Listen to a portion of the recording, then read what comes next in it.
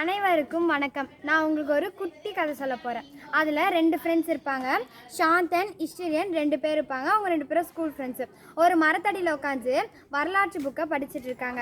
அப்படி படிச்சுட்டு இருக்கும் போது ஹிஸ்டரியன் படிக்கிற வரலாற்று புக்கில் சுதந்திரம் 1947 வாங்கினாங்கன்னு ஒரு வரி இருக்குது. அந்த வரி அவனுக்கு மனப்பாடம் ஆகலை.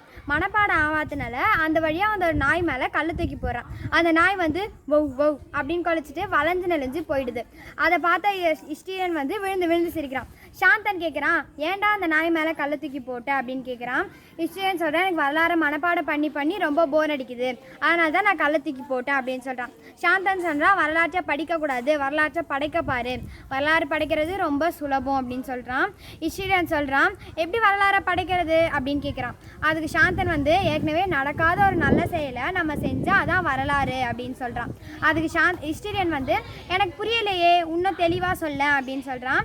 சாந்தன் சொல்கிறான், இப்போ நாய் மேலே கல்லை தூக்கி போட்டோம், அது எல்லாரும் செய்கிறது தானே, ஆனால் நாய் ஊ மேலே கல்லை தூக்கி போட்டு அது வரலாறு ஆகிடும் இல்லையா? இப்போ மனுஷங்க மேலே கல்லை தூக்கி போட்டால் அவங்க திருப்பி அடிப்பாங்க, ஆனால் நாய் மேலே போட்டால் அது திருப்பி அடிக்காது. அப்படி அடிச்சதுன்னா அது வரலாறு ஆகிடும், கண்டுபிடி அப்படின்னு சொல்கிறான். அதுக்கு ஹிஸ்டரியன் ஆமால அப்படின்னு வச்சுட்டு அன்னிலேருந்து நாய் என்ன பண்ணுது, அது என்ன சாப்பிடுது, அது எங்கே போகுது, அது எல்லாத்தையும் கண்டுபிடிச்சி ஒரு கட்டுரை எழுதுறான். அன்னைக்கு அவங்க ஸ்கூலில் இருக்க சார் அந்த நோட்டை சப்மிட் பண்ண சொல்கிறாரு. நோட்டை சப்மிட் பண்ணும் போது அவன் வரலாற்று புக்கு பின்னாடி அந்த கட்டுரை எழுதி வச்சுருந்தான்.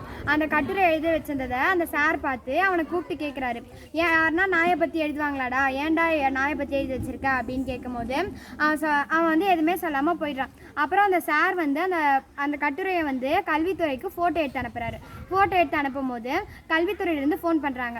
யார் அந்த கட்டுரை எழுதுனது, அவனை கொஞ்சம் ஃபோட்டோ எடுத்து அனுப்புங்களா அப்படின்னு சொல்லும் போது சொல்லிட்டு வச்சிடுறாங்க. சார் கூப்பிட்றாரு ஹிஸ்டரியனா, இங்கே வாடா அப்படின்ட்டு. ஃபோட்டோ எடுக்கணும்னு சொன்னோடனே, இந்த மாதிரிலாம் நான் எழுத மாட்டேன் சார், ஃபோட்டோலாம் வேணாம் அப்படின்னு சொல்கிறாங்க. அப்புறம் ஃபோட்டோ எடுத்து அனுப்பின உடனே அந்த கட்டுரை ஒரு வருஷத்துலேயே வரலாற்று புக்கில் ஒரு பாடமாக வருது.